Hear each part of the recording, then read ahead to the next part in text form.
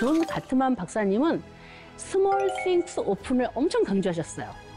그 스몰 싱스 오픈이라는 거는 너무 거창하지 않고 그냥 집에서 간단한 거래도 서로를 늘 이렇게 자주 핑퐁 게임을 하듯이 서로 주고받으려는 거예요. 그게 사랑과 관심이죠. 이제 부부나 가족의 관계를 가로막는 많은 장벽들이 있어요.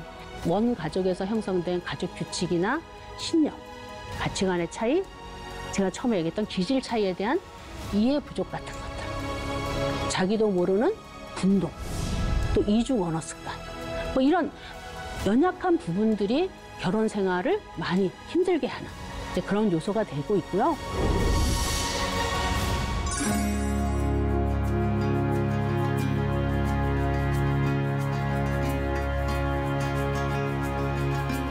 안녕하세요.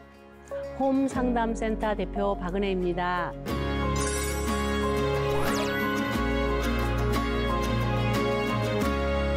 오늘은 은혜로 사는 부부에 대해서 좀 나누려고 합니다. 제가 쓴 책 제목이기도 한데요. 하나님께서 아담과 하와를 만드시고 가정을 주셨잖아요. 그래서 창세기 2장 24절과 25절을 보면 이제 첫 부부의 탄생이 나옵니다. 이러므로 남자가 부모를 떠나 그의 아내와 합하여 둘이 한 몸을 이룰지로다.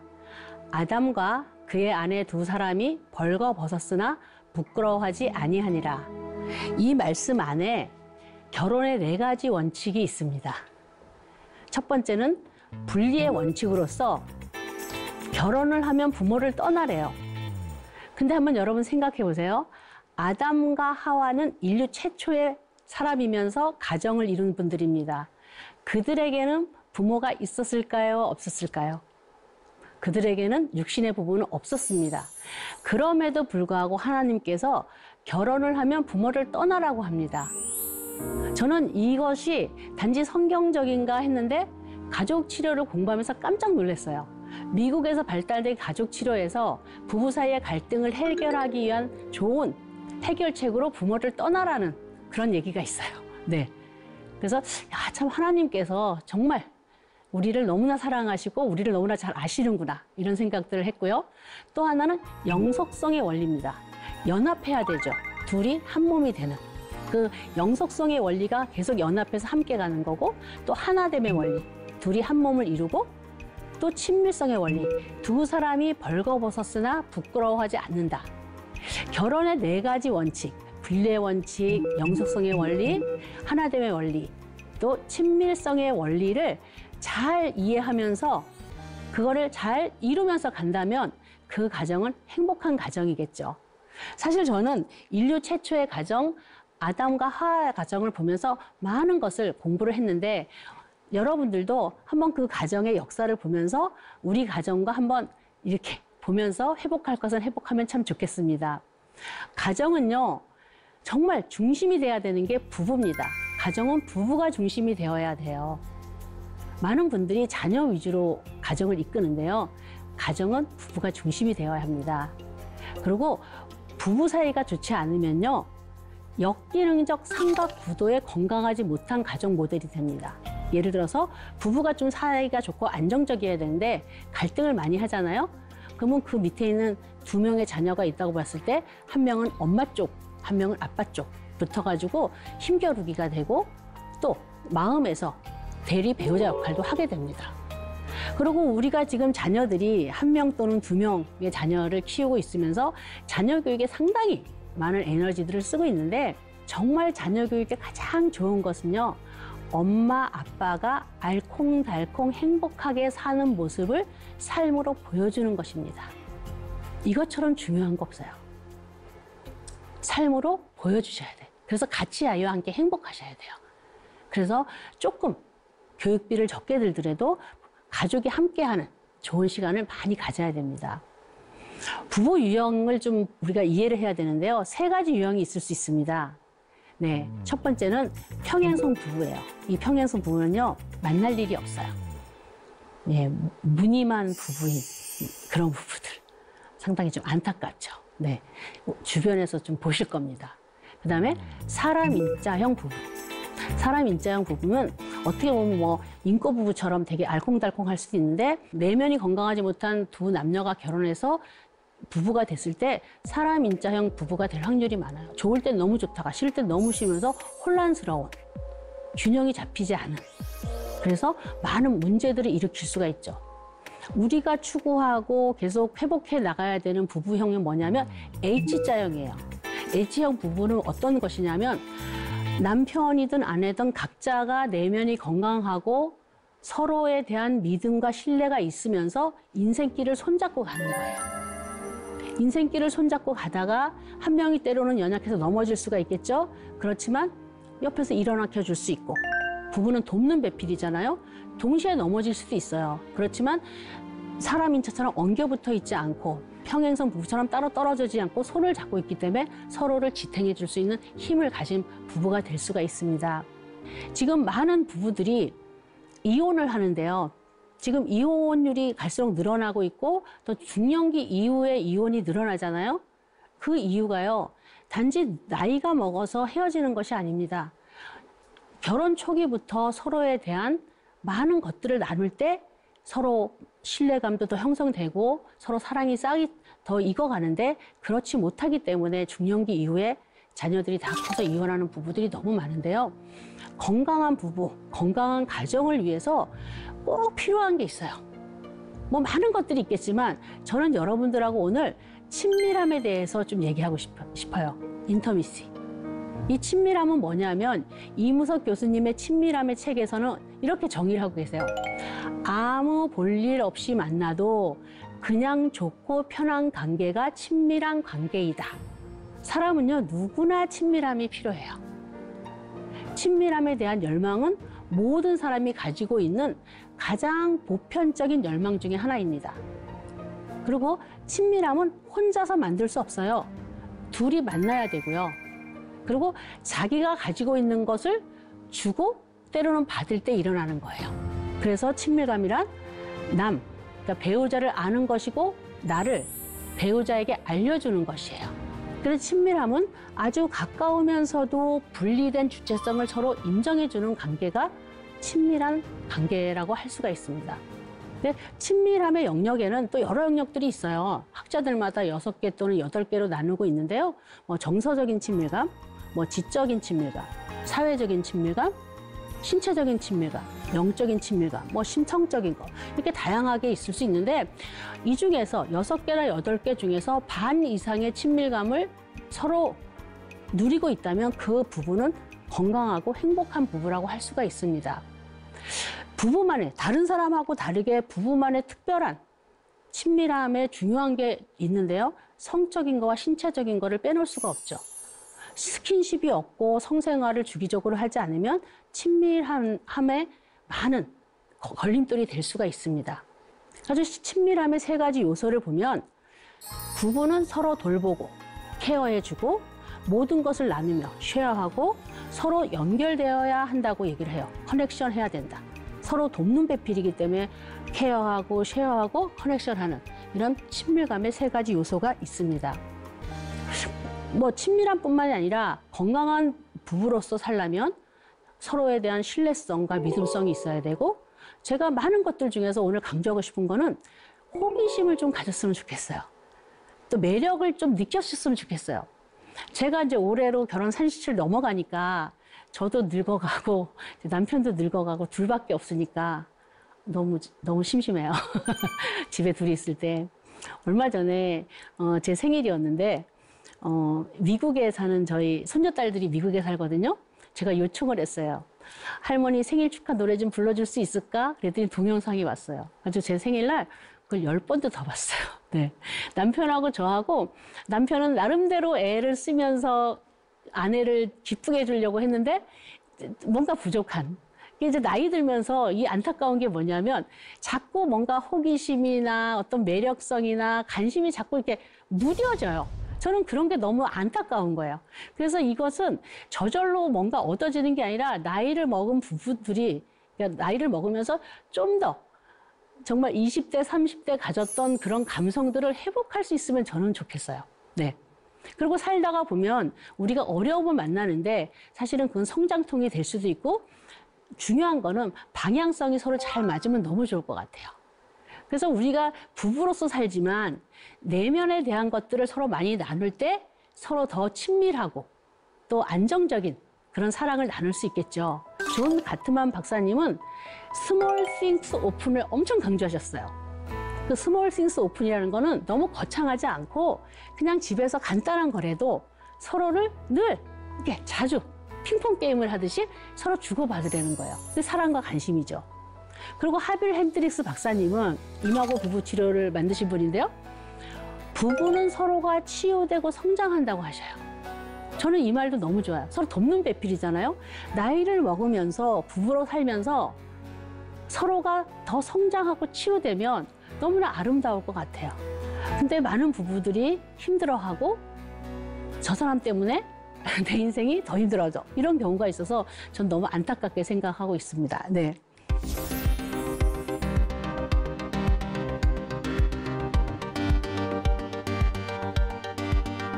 이제 부부나 가족의 관계를 가로막는 많은 장벽들이 있어요. 대부분 이제 연예인들이 방송에 나와서 이혼할 때 우리는 성격 차이예요 라고 얘기를 하잖아요. 근데 그 안에 많은 것이 숨어 있습니다. 원 가족에서 형성된 가족 규칙이나 신념, 가치관의 차이, 제가 처음에 얘기했던 기질 차이에 대한 이해 부족 같은 것들. 자기도 모르는 분동, 또 이중 언어 습관. 뭐 이런 연약한 부분들이 결혼 생활을 많이 힘들게 하는 이제 그런 요소가 되고 있고요. 요새 정말 안타까운 것 중에 하나가 대중매체들의 유혹이 너무나 부부관계나 가족관계를 멀리하고 있습니다. 한번 선생님들 이 방송을 보는 분들 한번 생각해 보세요. 내가 가족들하고 대화하는 시간이 많습니까? 핸드폰으로 노는 시간이 더 많습니까? 네, 비교가 안 되죠. 네. 그래서 저는 내담자들한테 단 10분이라도 가족이 웃을 수 있는 시간을 만드세요. 단 10분이라도. 근데 참 그거가 쉽지가 않더라고요. 이런 많은 여러 가지들이 우리 부부나 가족 관계에 이런 힘들게 하는 장벽들이 됩니다. 근데 우리는 회복을 하면서 가야 되잖아요. 회복에 곡선이 있습니다. 이제 부부를 한번 볼게요. 예를 들어서 결혼을 안 했다면 결혼에 대한 고통이 없겠죠. 못 느끼겠죠. 그거는 관계가 없다는 거예요.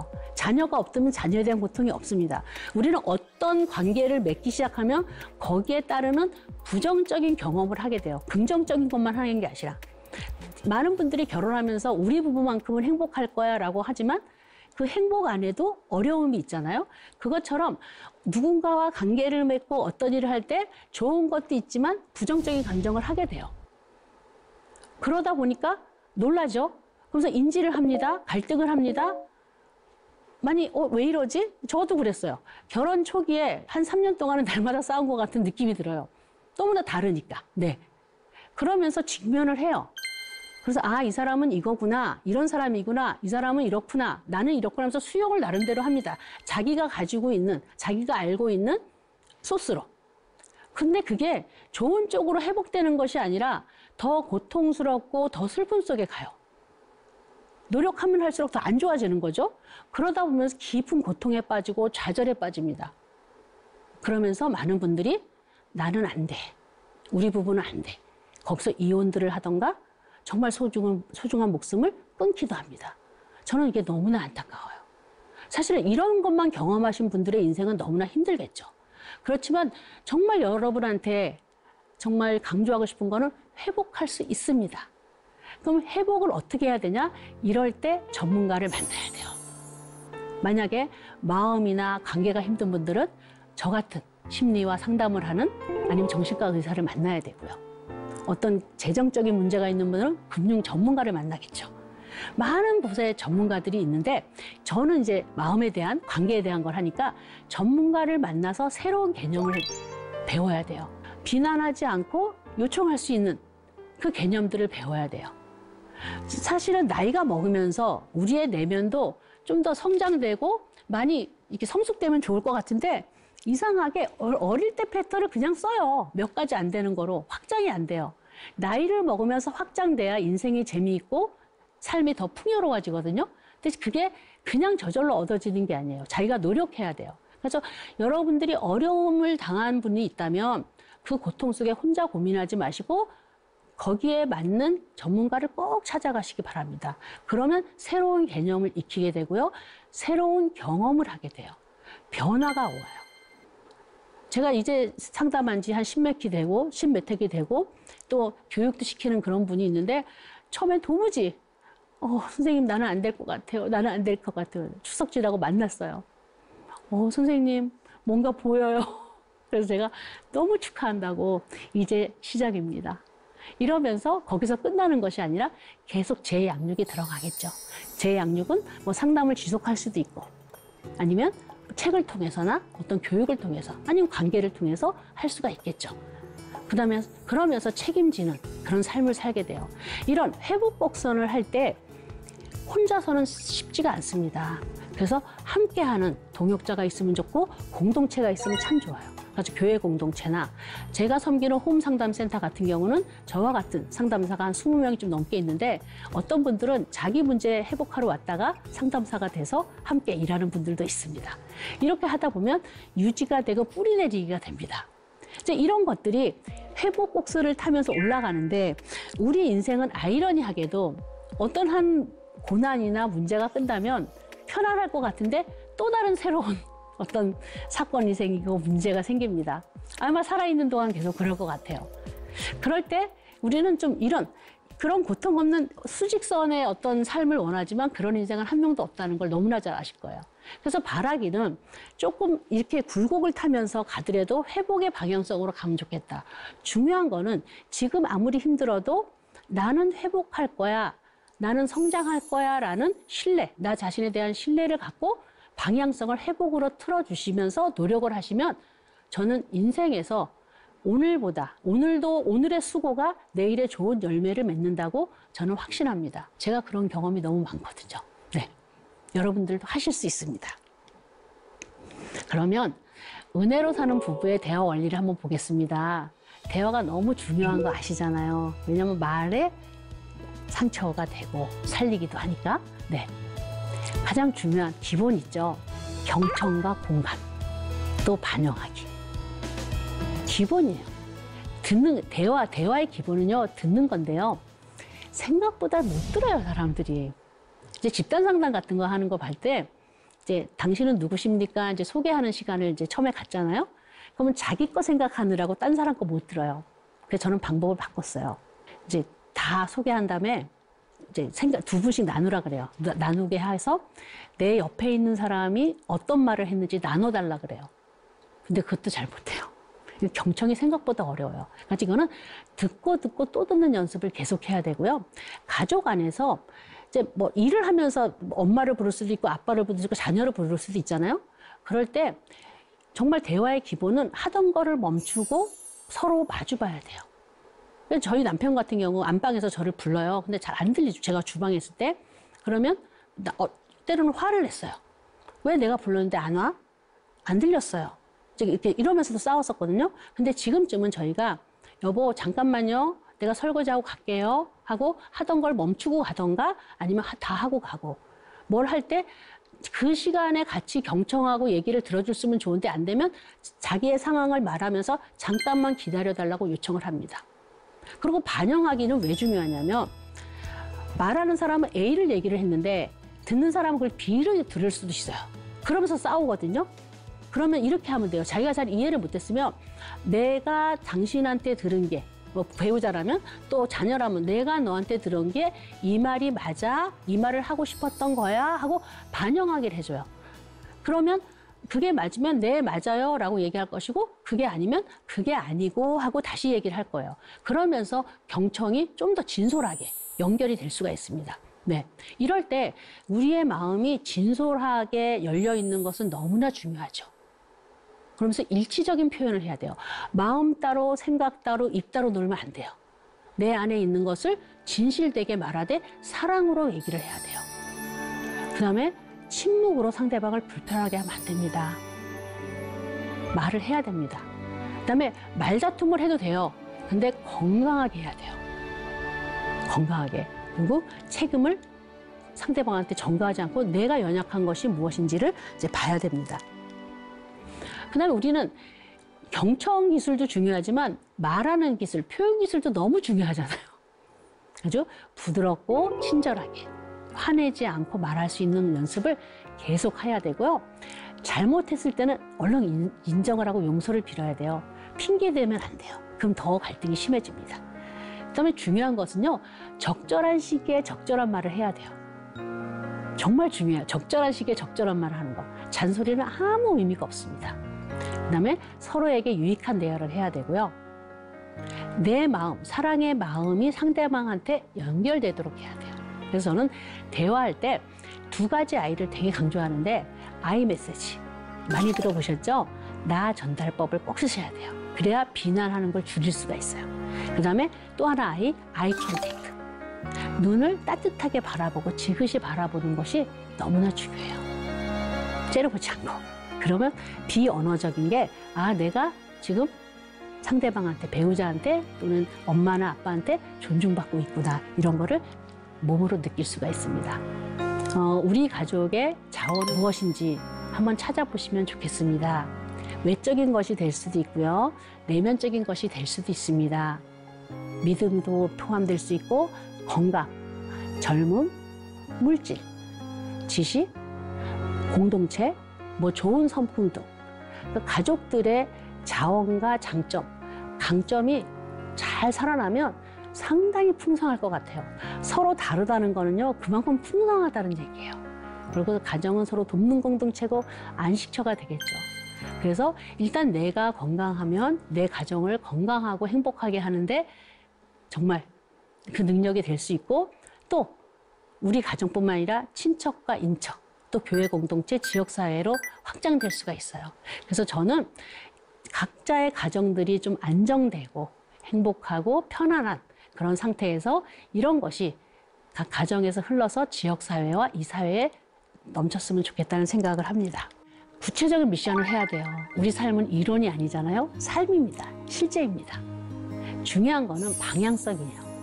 더군다나 믿는 분들은 하나님이 원하시는 회복의 방향성으로 가야 돼요. 그러면서 가장 중요한 언어 중에 언어가 있잖아요. 사랑의 언어. 날마다 사랑한다고 얘기를 꼭 좀 하시면서 사시면 너무 좋겠어요. 예쁜 자녀들한테 또 배우자한테. 그다음에 미안해요. 고마워요. 오늘은 기분이 어땠어요? 참 힘들었겠다. 밥은 먹었어요?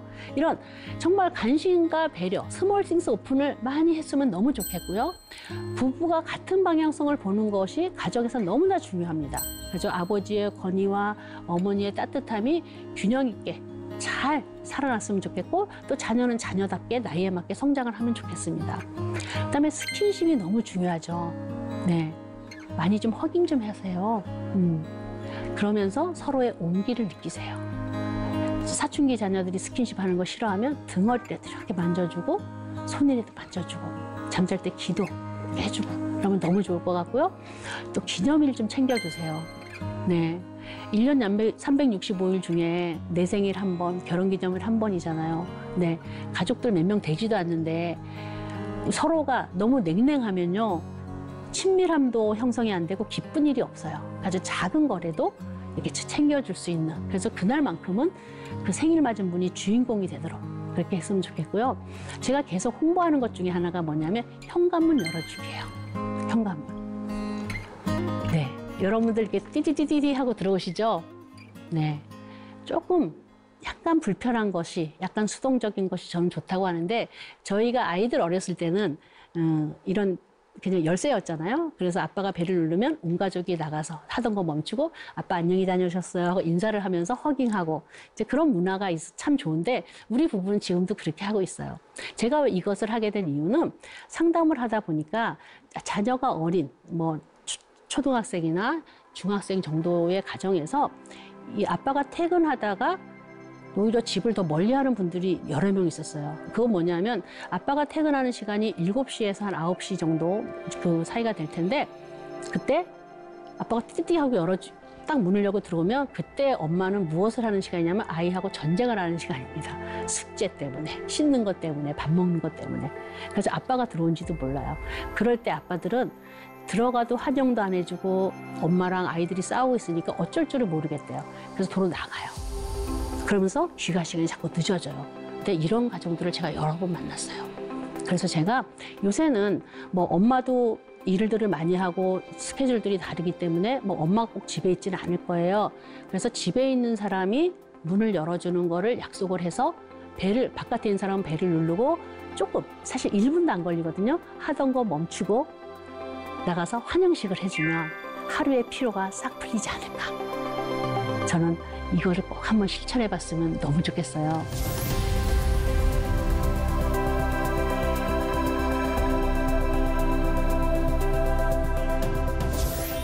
여러분들이 여러분의 가정만의 좋은 아이디어가 무엇인지 한번 잘 찾아보세요. 분명히 있을 겁니다. 아주 행복한 우리 가정은 정말 남들을 볼 때는 좀 소박하지만 그 내면이 건강하게 연결되고 행복감이 많은 그런 가정들이 됐으면 좋겠습니다. 함께 해주셔서 감사합니다.